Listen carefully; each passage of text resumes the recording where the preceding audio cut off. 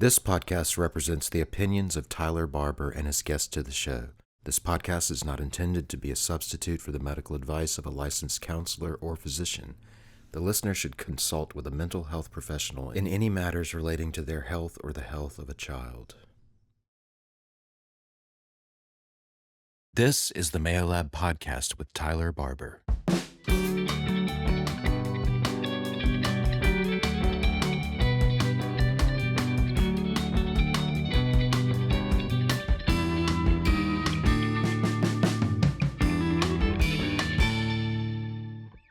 Welcome back to episode 3 of the Mayo Lab Podcast. We're here today with Annalaura Swinea, and I'm your host, Tyler Barber, and she's going to be joining us today. How are you doing today?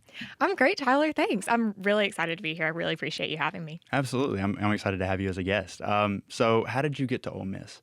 So I am originally from North Alabama, and I knew nothing about Ole Miss to the point to where, this is very embarrassing, but I didn't even send my first ACT score to Ole Miss because I didn't know that it was the University of Mississippi.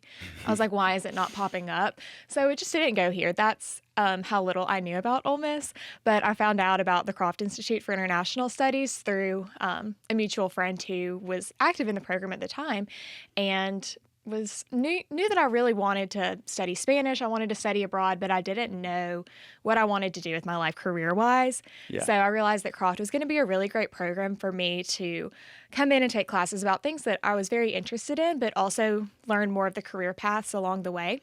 So Croft was the program that brought me to Ole Miss. I loved that it was a great distance from home while also being really far removed. I didn't know anyone at Ole Miss, so I knew that I was going to get to come and make my own way, and that was something that was really exciting for me. It was definitely a big challenge. I didn't know anyone here, but I've absolutely loved my time here. I've learned so much about myself and about so many other things, too. I mean, it's so much of what college is about, so it's been a fantastic experience, but yeah, an academic program brought me here, but a lot of other things kept me here for sure. That is awesome.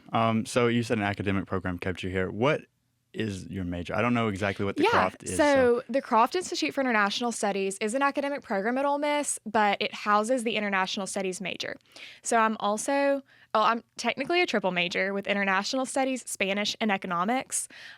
When you're in Croft and when you're an International Studies major, you're required to study a foreign language. So I'm studying Spanish, and most people do end up double majoring because with the language requirements of Croft, you usually naturally finish the language degree as well. So although I'm a triple major, it's more of the class load of a double major. So it's not as much as it sounds. Yeah. Well, that's great news. So did you end up getting to study abroad? Yeah, so this time last year, I studied abroad from January to May, full spring semester 2024 in Bilbao, Spain, in the Basque Country. I absolutely loved it. It was the best time. I lived with a host family, and they were just the most precious people ever. Fantastic host parents. And then they had a daughter that was my age, too. So she and I got to be really close, and it was just an awesome experience. I loved it. That's really cool. I actually wanted to study abroad a little bit when I was here. I never went, but I wish I did. It seemed really cool. Yes, that's so many people's regret about college is not studying abroad. And studying abroad for a full semester was really daunting. Very few people do it, and I don't think that I would have done it if it hadn't been a degree requirement for Croft. Yeah. But it was like, okay, I have to do it for the full 5 months. It's going to be great, and it was so awesome. I'm so glad that I did it for that amount of time. It was not without its challenges, but it was a really fantastic experience. I'm so grateful for it. That's really cool. So what kind of things are you involved with on campus? So on campus, within Croft as well as Honors College academically, I'm also in a sorority. I've had a great experience with that. I live in the house now with my best friends, and it's so much fun. That's really cool. I've done a lot with the academic side of my sorority, so that's been a really special thing too, to get to help my friends do better in their classes and advance their careers. So that's been really rewarding.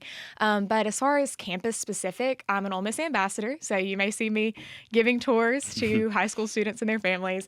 But I'm also in the Column Society. So I represent the Office of the Chancellor for a lot of special events with donors and things like that. And that's one of my favorite things that I'm involved in. You really get to see the inner workings of the university and get to give back in a really unique way. So that's something that I'm super passionate about and really love. But I would say that's me at Ole Miss in a nutshell. I've done a lot of other things here and there, but that's mainly what's on my plate right now. So I'm really, really grateful for it. Involvement at Ole Miss has been a huge aspect of my college experience, and definitely recommend getting involved. It's given me so many great friends and relationships too. That's really cool. The reason I have you on today is because we talked a couple of weeks ago, and you really wanted to talk about ADHD. Yeah. And its effects on men and women and the differences. But I feel like first, before we go into that, we should probably define ADHD just for anybody that might not know what ADHD is or not really understand like the symptoms. Like me, I didn't even know what the symptoms were like 2 weeks ago. And you have ADHD. I know. It's so weird. Like I just didn't know. So ADHD directly intertwines with my college experience. So I was diagnosed with ADHD the summer after my freshman year at Ole Miss, and ADHD looks so different for different people, and that's a lot of what we're going to get into today, I know. But I would say ADHD, well, it's attention deficit hyperactivity disorder, but different parts of that can be heavier for different people. So for me, the attention deficit is huge, and the hyperactivity is a really big part of it as well, but it looks different for a lot of people. So I'm very calm. A lot of people would never guess that I had ADHD.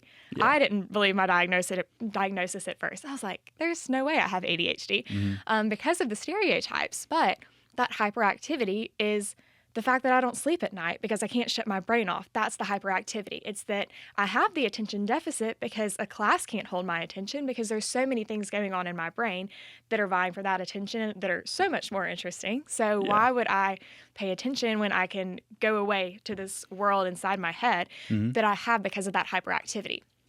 So the hyperactivity is probably the biggest part of it. It's just what manifests differently for different people. Yeah. So a lot of times with ADHD, you think about a third grade boy who's bouncing off the walls in the classroom, and that's the stereotype. I am not bouncing off the walls. I've always been very calm, very put together. So that's why I say I do not present as your typical stereotypical ADHD case. Yeah. But so many people don't. And that's something that as we're learning more about ADHD is really coming to light. And it's why I love talking about ADHD too, because it can be so validating for people who think, oh, well, I can't pay attention. You know, what's wrong with me? Why can't I get things done? Because I can't sleep at night because my mind is just racing. Well, so much of that can be traced back to ADHD, but so many people, especially in women, aren't getting diagnosed because it's not the stereotypical ADHD that people are trained to look for, that doctors will look for. And if you're not going to therapy or counseling or something like that, or taking care of your mental health and looking into it, it's something that can very easily go undiagnosed. Yeah. But it's something that will really change your life if you face it head on and take the necessary precautions to adjust your lifestyle accordingly, to medicate if that's what's right for you. So there's a lot of options with it. There's a lot of roads that I've taken to manage my ADHD, but it's very different for everyone. So at its core, it's really a hyperactivity disorder, but it looks different for everyone. So yeah. Okay, cool. That's a really good way to describe it. I have a question for you. Yeah. What was it, or when was the point that you knew that you had, or maybe not knew you had it, but what happened to make you go get tested? Yes. So my diagnosis story is not the diagnosis story of my proverbial hyperactive third grade boy. So my freshman year of college was really, really hard. So like I said, I knew no one at Ole Miss. So just really daunting to come in out of nowhere. And I was so overwhelmed by things that were never overwhelming to me before. Just living in a dorm, things like my environment that I was like, why does this bother me? So I was dealing with a lot of anxiety and depression my freshman year of college and just had no idea why. I'd never dealt with anything like that in my life before. So coming in and just off the bat struggling so hard with such intense and deep things was very, very hard. So freshman year, really hard. Would not relive that. But I started going to therapy for the depression and anxiety side of things. I went to 2 different therapists, counselors, however you want to say, before I started meeting with who I'm currently seeing. And the first 2 were really just, oh, you just have anxiety. Yeah. Oh, you just, you know, it's really common. That was always a thing. It's really common. So then it gets downplayed. And then you feel very, you just start feeling bad about yourself of like, okay, well, if everyone is dealing with this, then why can't I get out of bed? Yeah. You know, why can't I stop crying in public places? Things like that. So after shifting around, finally started seeing the therapist that I see now. And what inspired me, not inspired's a heavy word, but the reason I started seeing him was because his wife was my babysitter growing up. And she and I are so similar. Yeah. So similar in a lot of ways. So I was like, you know, obviously he understands her. And she and I have just a lot of really, just our foundation is so similar of who we are as a person. So I was like, if he understands her, then he'll probably understand me. And the second time I met with him, he said, I think you have ADHD. And I said, there's no way I have ADHD. I made a 33 on the ACT. And he said, sit down, you have ADHD. And I passed that test with flying colors. So all of that to say, having ADHD brings on a lot of obstacles, which pile up. That can make you very anxious. That leads to depression. Yeah. So mine was a very backwards diagnosis. So the root cause was ADHD, but that was the last thing for us to figure out. Yeah. So that's my ADHD diagnosis story. But like I said, it's not that of a lot of hyperactive boys, especially because that's where we mainly were diagnosing ADHD up until really the past 5-10 years. Yeah. And so it is very common for women to be diagnosed with ADHD after major life events. So for me, that was starting college. That was a huge change where I was taken away from my parent. That sounds dramatic, taken away. I left and went to the neighboring state 2 hours away. But started college away from my family, away from my friends, the routine that I had always known, just all the support system that had previously been there. And it wasn't like I wasn't independent at home. I've always been very independent. But all of a sudden, going to class and living in a shoebox and just balancing the activities every day became so hard in a way that it was never hard before. I was in classes and I wasn't able to finish my tests, even if I understood the material, which was super humbling because, like I said, I'm like, no, there's no way I have ADHD. I'm too smart. Yeah. I'm academic high achiever. So that can't be someone with ADHD because people with ADHD do bad in school or, you know. That's the stereotype. That's the stereotype, right. So the depression kicked in and that was what really pushed me to be like, okay, I need to get help. And so when I finally met with him and we started looking down the ADHD path, things immediately turned around. Gotcha. So being able to manage ADHD symptoms led to so much depression leaving, so much anxiety being alleviated because I was able to face things head on. Yeah. So those symptoms were really secondary to ADHD. But like I was saying, for a lot of women, having a child can be the thing that triggers your ADHD diagnosis. Even though you've always been dealing with it, now there's this huge life change, this huge lifestyle change that will trigger part of you that you've never had to adjust for previously. Getting married can be a big change, starting a job after college. So it can be different for a lot of people, but that big life change a lot of times is the triggering event. Gotcha. Okay. That's really interesting. In some of the reading that I did since last time we talked, I saw that in men and women, it was different also because of, hormones was one of them. And it was insane, like the different, I guess, like symptoms that show up in men and women. Like men, like you said, you picture the third grade boy that's like disrupting class and can't focus. And then women, it's more like inside. And so it's really hard to see. And it's a lot of the time also, like we were talking about, like with the anxiety and depression that either can follow it or will be a symptom of ADHD, which is so weird to me that I guess ADHD has so many symptoms. Absolutely. I mean, the hyperactivity especially, it just changes your life from the inside out because you're in your head all the time. So for me, I was lying awake all the time and just couldn't fall asleep. So then I couldn't sleep. Sleep is so important to your health and your well-being and your ability to function. So I was so sleep deprived, couldn't function, super stressed out. I mean, academically, trying to balance the adjustment to college classes and things like that. Yeah. And then couldn't focus within my classes. Yeah. So I was always high school's pretty easy for me academically. I was able to get by, never having to put in too much effort. So that shift in college was a really rough one. Yeah. And then to all of a sudden have to pay attention in class was an impossible task that I did not know was impossible for me until it kicked me in the rear end heavily. So all of those things really piled up to making me very, very anxious, just always on edge. And then when you're in that way, you get to be in fight or flight all the time. When you're in fight or flight, you can't slow down and do your laundry. Yeah. So then that piles up. So then you start to feel bad about, well, I can't manage simple things that everyone else can do just fine, like doing my laundry and doing my homework and getting to bed at a reasonable hour.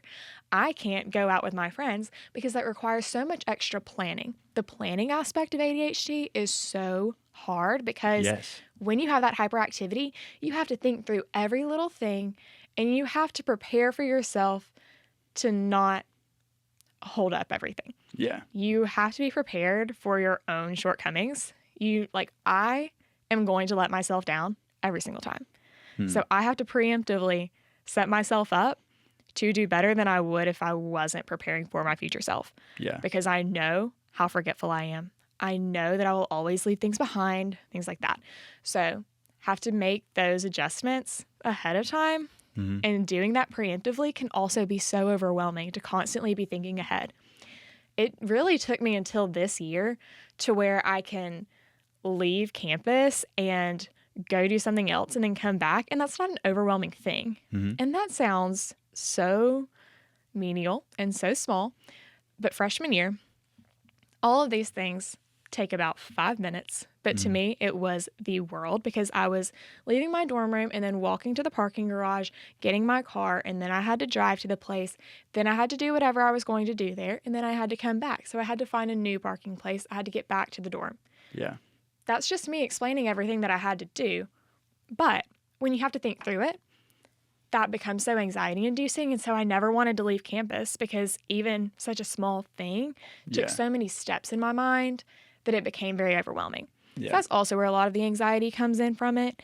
But yeah, those symptoms of just constantly exhausting yourself really pile up.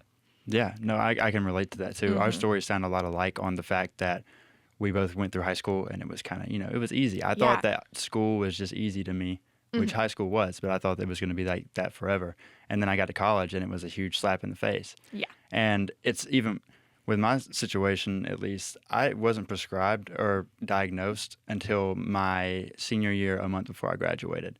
That is so crazy to me that you made it all the way through college. It was terrible. It really was. Yeah. And my grades kind of showed it a little bit too because I would go through, and the part that I struggled with the most, at least with mine, was the homeworks. Like they would pile up, and I'm a procrastinator unless I'm medicated, and it's really bad. ADHDers work best under pressure. Yeah. That is just a thing. We procrastinate, and then once that fire is under us, then we can get it done. But working ahead, working preemptively, never going to happen. Yeah, So, that's what I've started to see, or that's what I did start to see. And then, I was prescribed and diagnosed like a month before I graduated. And since then, life has been so different. It's just so much easy. Like it's easier to do things, you know what I mean? And it's not as overwhelming to do the laundry or to go out with some friends, or you know what I mean? Right. And it's crazy that medication helps so much, and that we could thank our doctors, honestly, for... Absolutely. And ADHD medication is something that is highly stigmatized because it is something that people do abuse. Yes. So when we talk about ADHD medications, we're talking about Adderall, Vyvanse, Ritalin, or just some of the more popular ones that you'll hear people throw around. So using ADHD medication is also something that looks different for everyone. Some people say that it turns them into a zombie, and it definitely can. A lot of people say that they can't take it for, all sorts of reasons. So medication is not the only way to treat ADHD, and it's definitely not the only symptom management tool that I use. But, if it's something that works for you, talk to your doctor. We're not doctors, but it is something that's worked for both of us. Yeah. But ADHD medication can be super helpful if that is what's right for you. But like I was saying, it's not the only thing. So there's a lot of lifestyle changes that can come too with having ADHD. And one of those, more than anything, is just openness and talking with people about your ADHD and saying, okay, our brains work very differently. And when people understand that about you, then they can start to see the world from your perspective and make those changes because we are all so different. But if you can't tell people those differences, then they're never going to begin to understand them. So it's an important part, too, to not just medicate and rely on that and rely on yourself, but to also lean into community and talk with other people that have ADHD. Support from other people. That's a huge part of it. Some of my favorite friendships are with people that have ADHD. Yeah. And I think it is just because our brain does work the same way. So you can just keep going.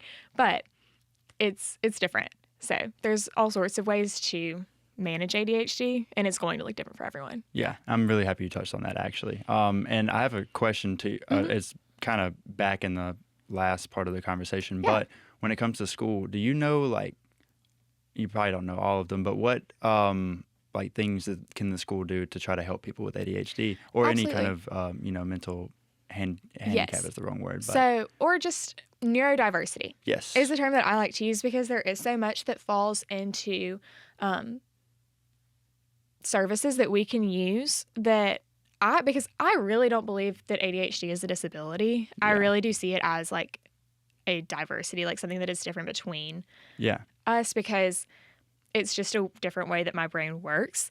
And as I've been talking about it making me depressed and anxious all the time, yes, that probably does sound like a disability and like a negative thing, but there's also a lot of ways that it really helps me. I think that I'm very insightful because of my ADHD. I can plan much better because of my ADHD. I'm anticipating everything. So there's a lot of things there's a lot of good that can come out of it. Yeah. But Student Disability Services is what's offered through the university. So I can touch on that if you can talk about the McGee Center and resources that you guys have as well, but from Student Disability Services. So there's a lot that they can do, whether it's a physical disability or a mental disability, an educational disability. So like learning disabilities are a huge thing that ADHD usually gets clumped into being a learning disability. And so with that, I receive time and a half on tests. I'm permitted additional note-taking devices. So I've really never used them, but I do know people that do. Yeah. So that can mean if it's a class where they don't allow you to take notes on your computer, that you can take notes on your computer. That one is a case-by-case basis. It depends on what you need. But my main thing is that I get time and a half on tests. Yeah. And so that's been super helpful. And that was one that was really humbling to me at first because I never want to feel like I'm getting a handout. Not prideful in that sense, but just that I want to be very independent. I want to be normal in that sense and not need extra accommodations. So to me, adjusting to being like, okay, I do need time and a half on tests was kind of a hard thing. Yeah. So my freshman year, I took the introductory microeconomics class, understood all of it great, but I never finished a test. So I wound up making a B in the class, which is not bad, but for someone who really understood the material, it's like, okay, there's no reason that I shouldn't have made an A. But I didn't finish my tests ever. So had that B, then went on and I tutor microeconomics. And I wanted to go through a tutoring agency that we have in Oxford so that it would just be more formal and I didn't have to manage it myself. Yeah. But they wouldn't let me tutor because I made a B in the class when I took it. Oh, that sucks. So didn't get to do that, but it's just tricky because the grade does not reflect my understanding of the material. Yeah. Because of that barrier, because I never finished those tests. So now receiving time and a half on a test, I just took an advanced level microeconomics class and I made one of the highest grades in the class because I was able to finish all my tests because I was given that extra time. Yeah. So it's hard to say, yes, I do actually need that accommodation. That was something that was very humbling for me to say. But now that I'm off of my academic high horse, I can confidently say, yeah, I have ADHD and I really do need that. And it's something to even the playing field. It's not that handout, but it's just something to help me balance what's going on in my brain so that I can work the same way as people who don't have that going on in their brain. So because everybody's different. Everyone is so different. So there are probably more ADHD resources than that, but those are the ones that I know of and have used personally. Yeah. Student Disability Services is a great office on campus, and they work really well with everyone. River Skilder, shout out. She's the director of Student Disability Services. Yeah. She's fantastic. She'll work with everyone really, really well. So it does require, doctors signing off and saying, yes, this student does have XYZ and they do need these accommodations. But if you have that, they can be really great. So there's a lot on campus to help you out academically to be your best and to be able to perform at the level that you know you're capable of. You just may need a little help evening the playing field. So, and also a couple of weeks ago, you had mentioned that, well, I guess we already kind of covered it a little bit in here, but the gender differences. What really, I guess, shines through with the gender differences in ADHD? So we really briefly mentioned hormonal differences. So these are something that's very small level, but can be really huge for people. But it's more something to know personally. So like this is something that I especially can experience and see in myself because like I am a woman. But hormones fluctuate during your menstrual cycle. So throughout that entire month, women are on this 30-day hormonal cycle, whereas men are on a 24-hour cycle. Yeah. But your hormonal levels and your ADHD directly go in with each other. Because with ADHD, it requires like extra dopamine. Yeah. There is a dopamine deficiency when you have ADHD and when you have depression. So that's why you see reckless behavior in people with ADHD is because they're searching for that next dopamine hit. Yeah. So that's another thing that works directly with your hormones. Your hormonal, your endocrine system, all of that goes all together whenever you're talking about ADHD. Your mental and physical health are so directly intertwined. Like you cannot talk with one without talking about the other. And that's super important with ADHD as well. So ADHD tendencies, ADHD difficulties can fluctuate throughout the month for women as we're following our menstrual cycle. Yeah. So that's something that a lot of people don't know about ADHD. But those internal symptoms that go with you, so it's more than just an emotional cycle or a hormonal cycle, but it's also that mental thing as well. Yeah. So a lot of those fluctuations happen as well. And so having that dopamine deficiency can lead to a lot of women feeling, very down. You know, you don't have as much dopamine. That's your happy indicator. And so with that, you can start seeing reckless behavior in people with ADHD. People with ADHD are much more prone to addiction because of that. So we see a lot of alcoholism and a lot of other addictions to different drugs. Recreational use can be a huge thing among people with ADHD because we are constantly searching for that next hit. So it's something to be aware of and to be conscious of. I know that I have definitely been very aware of that, like as I turned 21 and knowing, okay, I'm not going to drink the way that my friends drink. Yeah. Because I have ADHD. And that's just something that's different about me, and I need to plan accordingly. Yeah. So things like that, lifestyle changes can be a really big thing. But because of what's going on in your head at that molecular level, that can bring about the things that ADHD brought about for me, that depression and anxiety, because it can lower your self-esteem so dramatically to where you're feeling so bad about yourself because you can't do the laundry. The laundry is always the example for me, but because you can't do the laundry. You can't remember to thaw the meat out of the fridge if you're going to cook that night, things like that. And then that also leads to spending a lot more money. Things like that, because we are impulsive. Impulse buys, so bad amongst people with ADHD.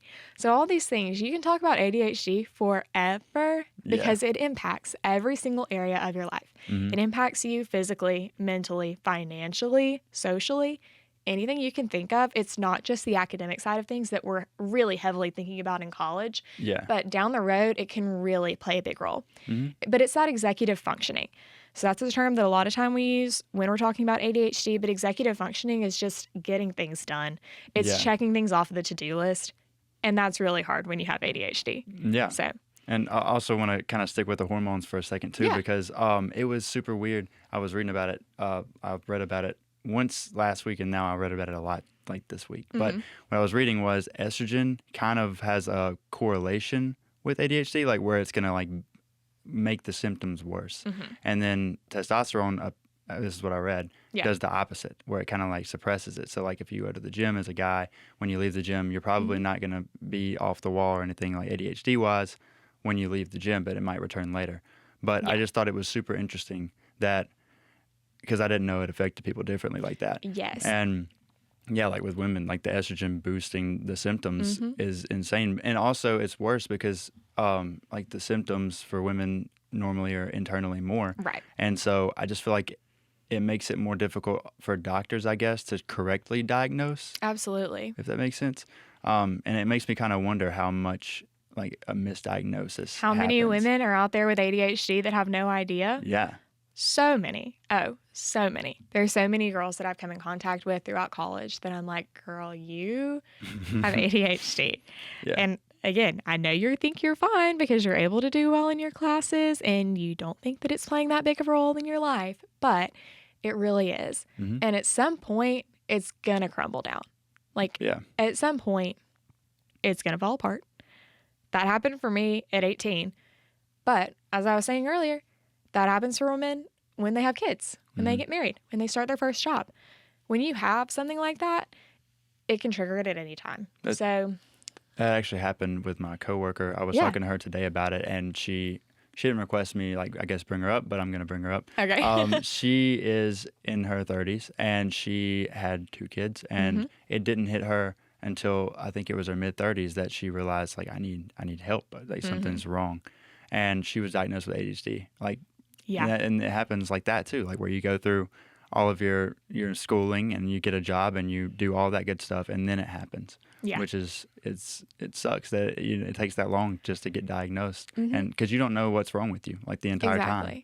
And it's something that we're getting so much better about. I mean, that's the reason that I came on today. I love talking about ADHD because I'm not the person that you would expect to have ADHD. And so for her as well, she probably never would have expected to have ADHD because she was able to make it to her mid-30s without ever thinking that that could be an issue.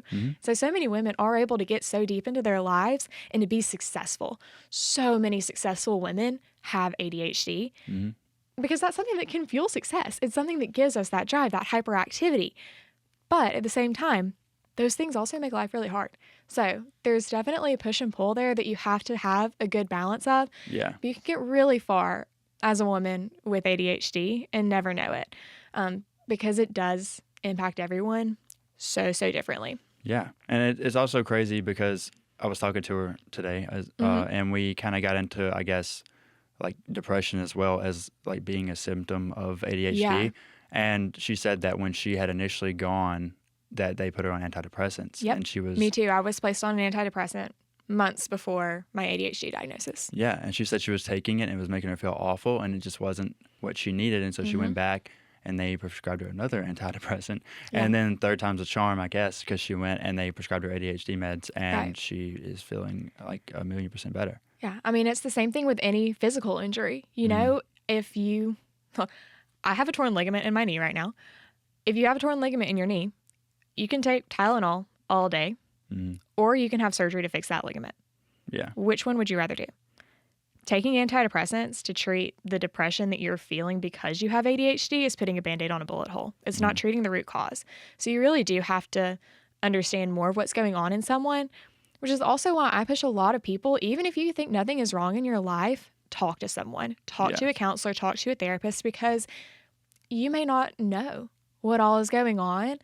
And until you talk about it with someone who really does see the insights of what's actually going on in your brain, you're probably not going to learn that. And when you learn things about yourself, it can really change your life. So especially with the depression from my perspective too, I joke sometimes that if I was alive like 100 years ago, I would have been lobotomized because that's what they did to women. It was, oh, she has melancholy. Well, I don't have melancholy. I just have ADHD that's undiagnosed. So now we're, not lobotomizing women anymore, but we're also able to do so much more in our developments in the mental health sphere.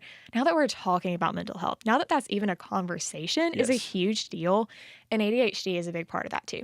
So I'm super grateful that ADHD is something that's being talked about. I will always advocate, especially for women in ADHD, because it is such an underrepresented field.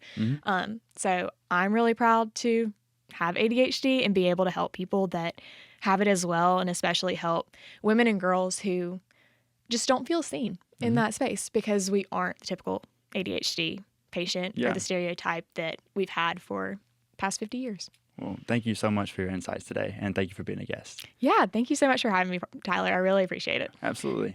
Alrighty, guys. Well, stay tuned for the research report, and we will see you next time.